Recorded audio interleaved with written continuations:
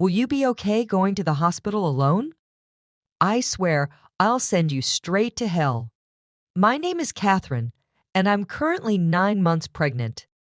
It's my first time giving birth, so while I'm filled with anxiety, I feel truly blessed about welcoming a new member into our family. My husband, Dennis, is a white-collar worker with weekends off. However, he doesn't offer much support around the house or help with shopping. This is because he usually goes back to his parents' home on weekends. Dennis has a deep bond with his in-laws, and since their home is nearby, he spends almost every weekend there without any specific reason. Since I've become pregnant, I've been cautious about lifting heavy objects. For instance, when buying heavy items like rice, understanding friends often help out. My daily routine starts by waking up early, preparing breakfast for Dennis, and seeing him off to work. Afterward, I do the cleaning and laundry and then head out for any necessary shopping. Once I return home, I start prepping for dinner. Only after finishing these tasks can I finally have some relaxation time. Since taking maternity leave, I've taken up a new hobby, blogging. Every day, I write a diary accompanied by photos I take, such as meals, the blue sky, and flowers blooming in the garden. Many friends and acquaintances leave comments, and these moments of journaling have become small daily joys for me. But as I was preparing dinner, my husband returned home as usual. He carelessly placed his bag and jacket on the sofa, and I tidied them up, hanging them on a coat hanger. Welcome back. I made hamburgers for dinner. I'm going to take a bath, I said. Responding curtly, he headed straight for the bathroom. 3 years have passed since we got married, and there has been little kindness or consideration from him. I occasionally wonder if this is truly what a marital relationship should be like, but I've resigned myself to it. When Dennis returned in his pajamas, I handed him a drink. "Where's the beer?" he asked, glancing at the bar. I hinted at him. "Sorry, I forgot to buy it today." "I'll get some tomorrow." "What? Seriously?" "Go to the convenience store now." His demeanor changed immediately, and he spoke with evident anger. I was irritated. Why was he asking his pregnant wife to do this? If you want it so badly, why don't you go get it yourself? It's hard for me to move around with this big belly. At the time, he became even angrier and started shouting, "You're the one who forgot to buy it. It's your job to fix that mistake. And just because you're pregnant doesn't mean you get special treatment." My mother always said, it's important to keep moving for the sake of health. Knowing that he doesn't calm down easily when he's angry, I reluctantly decided to go to the convenience store. Once I arrived, I bumped into Sarah, a neighbor. "Oh, Sarah. Good evening." "Good evening, Catherine. Did you forget to buy something too?" "I ran out of sauce, so I came here." Sarah's cheerful voice slightly lifted my spirits. My husband really wanted beer, and he told me to buy it. Why didn't he just go himself? I tried to explain, but he didn't understand. "It sounds like you're having a tough time, Catherine." After walking together for a bit, Sarah and I parted ways at a crossroad. When I returned home, Dennis was lounging on the sofa, watching TV, having not even cleaned up after dinner. "Why did it take you so long? What were you dawdling around for?" "Give me the beer." Dennis's disgruntled voice and his insensitive remarks made my heart ache. However, I handed him the beer without a word and began cleaning up after the meal. How could he say such things to me, especially when I'm pregnant? I felt the urge to retort, but I didn't want another shouting match, so I remained silent. Afterwards, I had my dinner, took a relaxing bath, and headed to the bedroom. The next morning, Dennis acted as if nothing had happened. It seems he's the type to forget everything after a good night's sleep. However, I couldn't forget his words from the previous night, and I consciously ignored him. "Why are you making that face so early in the morning?" "Don't take it out on me. I'm heading to work now, so be a bit considerate." You know the importance of appreciation, right? Due to what he said, I was filled with the urge to retort, "That applies to you, doesn't it?" But out of shock and disbelief, all I could do was sigh deeply and see him off. Be careful, right? I don't eat dinner tonight. See you.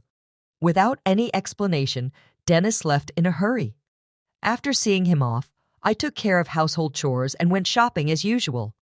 However, since Dennis mentioned he wouldn't be having dinner, I decided to prepare something simple just for myself.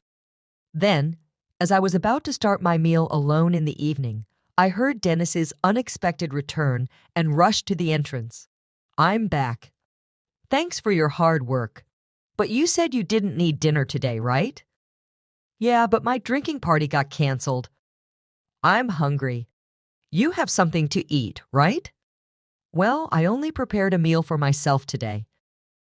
Upon hearing this, Dennis's face contorted with anger. "Didn't you even consider the possibility I might come back? This is unbelievable." Saying that, he moved to the dining table, and upon seeing the dinner I prepared, his mood worsened. "What do you call this, a meal?" "I seriously question if you're properly doing your duties as a housewife. Don't waste the money I'm working for. I quickly prepared something for myself today. Please don't get mad like this. Maybe you should learn proper cooking from my mom. Honestly, I've always found your cooking lacking." Again, he always compares me to his mother. Doesn't he realize how hurtful these comparisons can be? I can't eat this. Go buy something. Hearing this, my heart sank further. What does he think of me? It's already night, and I've taken a bath. Can't you go buy it yourself? Forget it. You forgot to buy beer yesterday, didn't prepare dinner today. It's so frustrating. I'm going back to my parents' place. Dennis stormed out and left alone in the house. I strangely felt a sense of relief. The next morning, as I expected, I received an angry call from Dennis's mother. "How can you not serve Dennis a proper meal? This feels like moral harassment, if not worse." I tried to explain what happened yesterday, but she wasn't accepting it, so I just apologized and ended the call. After the call, my mood plummeted. Since Dennis wasn't home, I decided to have a leisurely late brunch. However, the thought of Dennis coming back tonight weighed on my mind. Considering yesterday's events, I decided to make tonight's dinner special. I shopped with more care than usual, picking out ingredients and adding Dennis's favorite beer to the cart. I was determined to prepare a dinner that would earn Dennis's praise. I shortened my blog update time a bit to allocate more time to cooking. After dedicating ample time to preparations, the table was set beautifully, as if it was a special occasion. Looking at it, I felt a sense of accomplishment and couldn't help but praise myself. With this, he should definitely be satisfied. I waited patiently in the dining room for Dennis to come home, but as time passed, there was no sign of him. I tried contacting him several times via my smartphone, but there was no response, and I became more worried as the clock continued to tick. 1 hour, then 2 hours passed, and I began to get anxious. Did he possibly go to his parents' house? Thinking this, I called Dennis's parents to check, but they said he hadn't come there either. I tried calling Dennis multiple times, but still there was no response. As midnight approached, just when I was considering contacting the police, a staggering Dennis returned home.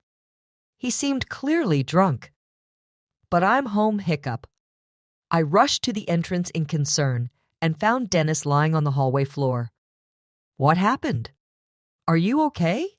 Hearing my voice, he responded angrily, "Too loud." "Go away." He then staggered towards the dining room. When I tried to support him, he forcefully shook off my hand. "Don't touch me. Don't come near me with that ugly face. To think you're my wife." In his drunken state, he spat out those words and then just lay down right there. Those words were beyond shocking. Why? Why can't he consider others' feelings? His remarks hurt me deeply, and I was filled with thoughts of maybe he no longer sees me as family. Tears welled up in my eyes. I put so much effort into cooking, and it was all for nothing. With that thought, I had my dinner alone and enveloped in loneliness. The next morning, Dennis woke up as if nothing had happened. My head hurts. I guess I drank too much. But why did you leave me in the hallway? You chose to lie down there, Dennis. It's not my fault. Aren't you my wife? At least take care of me when I'm drunk. Dennis's words made me wonder why he always blames me right away. If you weren't going to eat at home, you could have at least let me know. I had prepared a nice meal, and I called you multiple times. Why didn't you answer? Then Dennis replied nonchalantly, "My drinking party from the day before got rescheduled to yesterday." I have to report everything, and you know how hard it is to pick up the phone during a gathering. With every word Dennis said, my heart got colder and my expectations of him diminished. That way, I won't feel hurt or disappointed anymore. This thought lingered in my mind that I'm taking a break and going back to my parents' home tomorrow. Being with you lately feels unpleasant and boring. Seeing Dennis's attitude of looking down on me made me increasingly consider the option of divorce. Our baby is due soon. My heart races in anticipation, even though I've heard stories about the pains of labor from friends. My excitement to meet the new life inside me overshadows those concerns. The neighbors often encourage me with words like, "It's just a little while longer." Hey, want to go on a family trip soon? After Dennis returned home, he made a surprising suggestion, really, but I'm talking about a family trip. My mom and dad want to join. I was taken aback. Why would parents make such a proposal? Tensions exist between me and Dennis's parents whenever there's an issue concerning Dennis. They tend to blame me, like the previous phone call incident. However, the sudden idea of a trip left me doubtful. But I'm about to give birth soon, and traveling a long distance might be a bit risky. How many times do I have to tell you, just because you're pregnant doesn't mean you're sick? My parents are thoughtfully inviting us, but what if something happens? It'll be fine. Everything's already decided. We'll go for 2 nights and 3 days next week. Next week is my due date. That's a bit. Just do as you're told. Prepare for the trip. End of discussion. Dennis expressed his opinion and then left the room. I'm in trouble now, I thought to myself. The next day, I sought advice from a close friend and explained the situation. She was concerned and said, "That's a bit too much." While I was contemplating how to decline the offer, the day of the trip suddenly arrived. Actually, I'm not feeling well today. I'm worried about the baby, so I'm going to rest at home. I tried to use that as an excuse, but Dennis didn't seem convinced. Anyway, you can just rest in the car and you'll be fine, right? Come on, bring a luggage. We're heading to my parents' house, so hurry up. As we headed to the car, I was worried and asking, "Is this really okay?" After loading our luggage into the car and sitting in the passenger seat, I felt warmth at my feet. Looking down, I noticed water spreading around them. Oh my, water broke. I immediately informed Dennis. I think my water just broke. Please take me to the hospital quickly. Taken aback by the situation, Dennis exclaimed, "Are you serious?" Yes, I'm serious. We need to go to the hospital now. The baby might be coming. While trying to clean up the water with a towel in the car, Dennis suddenly opened the passenger door. Dennis, what are you doing? We need to go to the hospital. Get out. You're going to make a mess in the car. In complete shock, I asked, "What are you saying?" I said, "Get out. I need to clean the car." Dennis forcefully pulled me out of the car. In this unbelievable situation, Dennis said, "I can't believe this. We were supposed to be on a family trip. Just go to the hospital by yourself." I was too shocked to say anything. As I called out to Dennis, he drove away, leaving me behind. Feeling overwhelmed, I quickly dialed for an ambulance. When someone approached asking, "Catherine, are you okay?" It was Sarah looking concerned. Sarah immediately recognized my predicament and arranged for a special taxi, comforting me throughout. Grateful for her kindness, tears streamed down my face. Soon after, I safely arrived at the hospital thanks to Sarah's help. On the way, she held my hand and cheered me up, and she stayed by my side until I was taken to my room. While being transferred, I made a silent vow: I will make him pay for this. Even as labor pains grew, Sarah kept holding my hand. Furthermore, she contacted my parents, who soon arrived at the hospital and looked deeply concerned. Sarah whispered to them, "There's something I want to discuss." The three then left the room. As the labor pains intensified, my smartphone vibrated from a corner of the room. "Who is it?" I asked, and my parents responded with Dennis's name. They looked displeased, but I took the call anyway. As soon as I answered, I heard a panicky Dennis saying, "Help me." However, I was in no state or mood to converse with him and promptly ended the call. Despite my parents turning off my phone, Dennis continued to send messages. As labor intensified, I was finally moved to the delivery room. After enduring the pain for some time, I finally heard my baby's cries. Exhausted, I saw my parents and Sarah standing before me with warm smiles. Relieved, I closed my eyes and rested. When I woke up after a few hours of sleep, I found myself lying in the hospital bed. Rubbing my eyes, I noticed my parents sitting next to me, their faces filled with concern. "Are you okay?" my mother asked gently. Still feeling the weight of exhaustion, I couldn't muster the energy to sit up.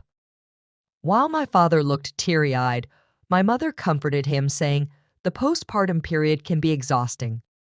Witnessing this heartwarming scene, a smile formed on my face. "How's the baby?" I inquired. My parents informed me that the baby was undergoing some tests, but would be back in the room soon. However, I noticed Sarah wasn't present. Responding to my unspoken question, my mother remarked, "Sarah left a little while ago." Thinking about how things might have turned out had Sarah not been there, a feeling of unease settled over me. I made a promise with my parents that, after being discharged, I would visit Sarah to express my gratitude. Turning on my smartphone to inform my friends about the birth, I was met with an overwhelming number of missed calls, mostly from Dennis. The sheer number left me momentarily stunned, but I felt no hope or expectation from his calls, so I closed the notifications without hesitation. One of my friends visited the hospital room to congratulate me on the birth. As she rejoiced and extended her genuine wishes, I opened up about the recent incidents with Dennis. After hearing the story, she expressed both shock and anger, half-jokingly saying she'd like to punish him a bit. But she also emphasized that my health and rest were paramount, chatted with me for a while, and then left. My parents, already briefed by Sarah about the whole episode, asked, "What are you planning to do next?" I shared my thoughts about my relationship with Dennis and told them I'm considering divorce. They respected my decision and provided their support. Upon my discharge, I planned to stay at my parents' house. They prepared a room for me there. Meanwhile, Dennis seemed to have visited the hospital, but as I had informed the hospital staff that I didn't wish to see him, he wasn't allowed in. The next day, Sarah came to my hospital room holding a fruit basket. "Sarah, you came." Seeing her face, I exclaimed with delight. "You seem to be recovering well, but remember not to overexert yourself. Postpartum fatigue can be quite profound." Feeling comforted by Sarah's words, I sighed with relief, taking the fruit basket from her. "I express my deep gratitude, Sarah. Thank you so much for helping me. I don't know what would have happened if you weren't there." As I bowed deeply, Sarah gently laughed. "What's most important is that both you and the baby are healthy.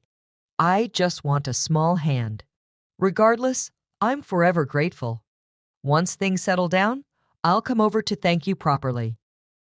Sarah laughed warmly in response. "You know, I've talked to my husband about what happened. He seemed quite furious." From her words, I could somewhat deduce Dennis's situation. "Sarah, I'm truly sorry for dragging you into this mess.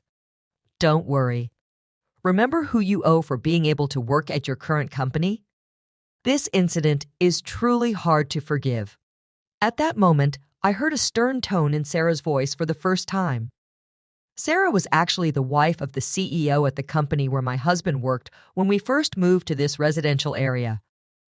I had no idea about this fact. However, as we frequently encountered each other at the local supermarket and occasionally at convenience stores, we gradually became closer.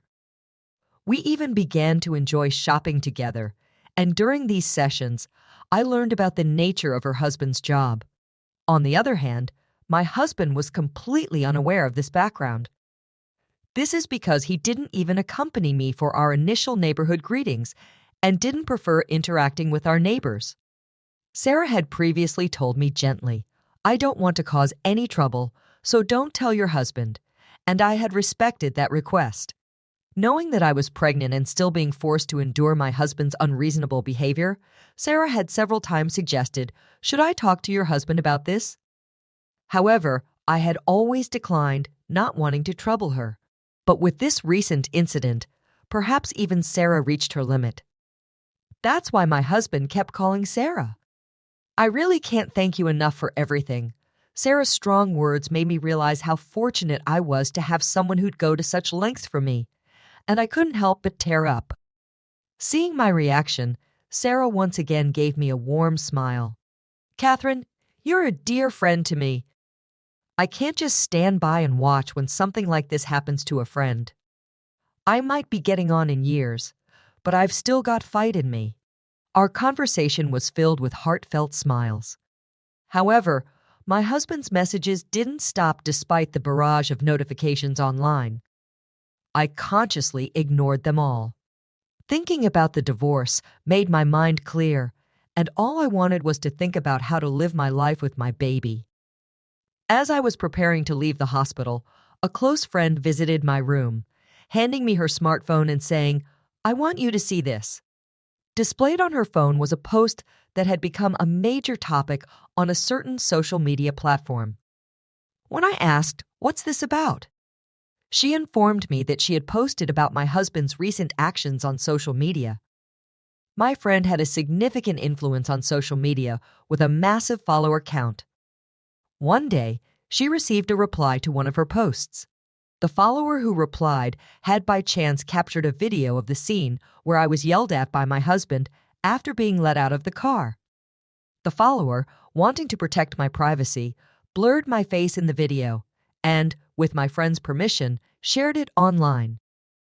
The video spread like wildfire, and as a result, personal details about my husband and even his company were identified. Currently, my husband seems to be under a barrage of criticism online. I had no idea it had escalated to this level. My friend, smiling gently, remarked, "Well, they brought it upon themselves, didn't they?" My husband's actions and their consequences were all a result of choices he made.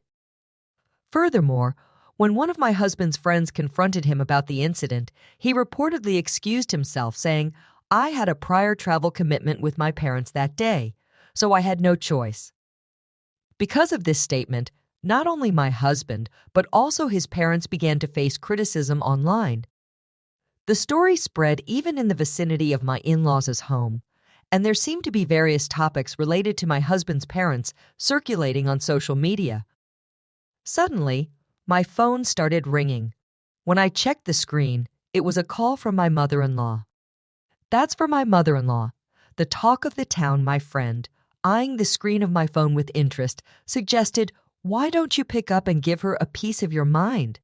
However, I was so fed up that I felt no words to do so and decided to ignore it. Before I knew it, the missed calls log was filled with names of my husband, father-in-law, and mother-in-law. Ever since the incident was highlighted on social media, even the hospital staff seemed to be aware of my situation and started offering genuine support. Whether my husband or in-laws came to the hospital or called multiple times, the hospital staff didn't allow any contact with me.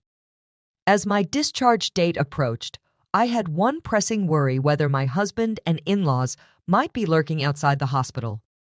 My parents reassured me, saying, "You have nothing to worry about," but the thought of my precious baby being in danger left me anxious. However, that concern was quickly dispelled on the day of my discharge. As my parents were helping me with my belongings, I heard my husband's voice shouting, "Catherine," followed by the loud voices of my in-laws. Suddenly, men in black suits surrounded me, forming a protective barrier. As I tried to understand what was happening, one of the men in black suits approached me, gently opening the car door, and said, "Don't worry, we're here on Sir's request to protect you." It seemed my parents were already aware of this, as my mom said, smiling, "Didn't I tell you there's nothing to worry about?" Believing her words, I felt relieved and smoothly got into the car, all the while my husband and in-laws, overwhelmed by the presence of the bodyguards, couldn't come any closer.